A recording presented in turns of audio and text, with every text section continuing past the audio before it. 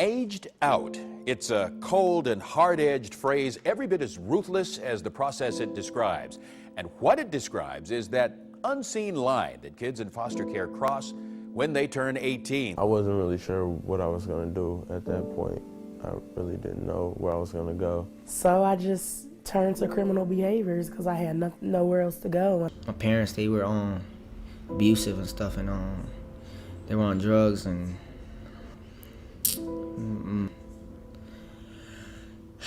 I've been in like 14 group homes and stuff. For any 18-year-old to kind of be out on their own is hard.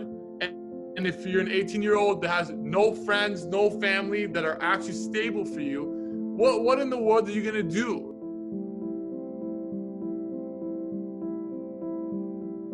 Right? Because what happens on their 18th birthday, our government says happy birthday, get out. And literally grabs a trash bag, says grab your stuff, good luck. They have no parents, they have no support, and we're literally leaving them to doom. Your foster homes, frankly, more than half of them do it for the money. Why? Because guess who finds foster homes?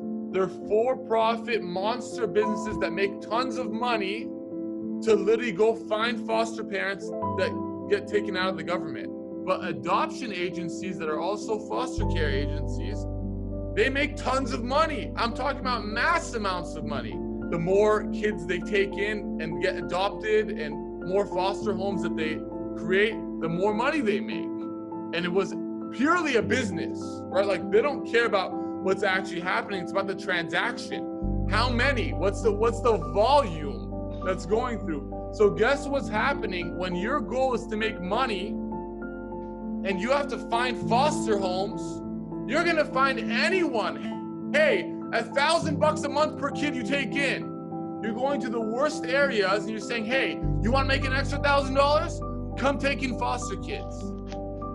Now you ready for the next level after that? When a kid gets placed in that foster home, not only do they now have not the right role model, not someone that cares anything about them. It's kind of like, hey, here's your corner, here's your bed, come in, come out.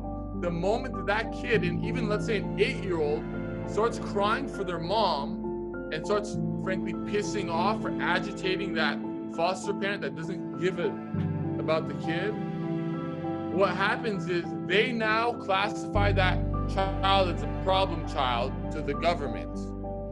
So now that kid gets taken out of the home and placed into literal centers that are enclosed, that are owned by private prisons where you can't go outside.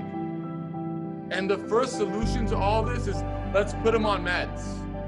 And when you talk to foster kids, it's not about one medication or two medications. Sometimes they're taking 8 or 9 medications. So they just went from their home to CPS to a foster home that doesn't care. That foster home classified them as a problem child because they're crying too much. And now you end up in a center where they think you have mental problems and feeding you 9 different, medications, so you drive yourself insane. And this is what you keep seeing happen time and time again. There's so many problems that go so deep into it. And I just became really passionate about finding a way where we can dive in and truly help. And, I didn't really believe in putting Band-Aids. I want to really solve in-depth problems. And for me, that was providing housing placement, therapy, job placement, and mentorship. If they don't have a stable job, you can't become a stable adult.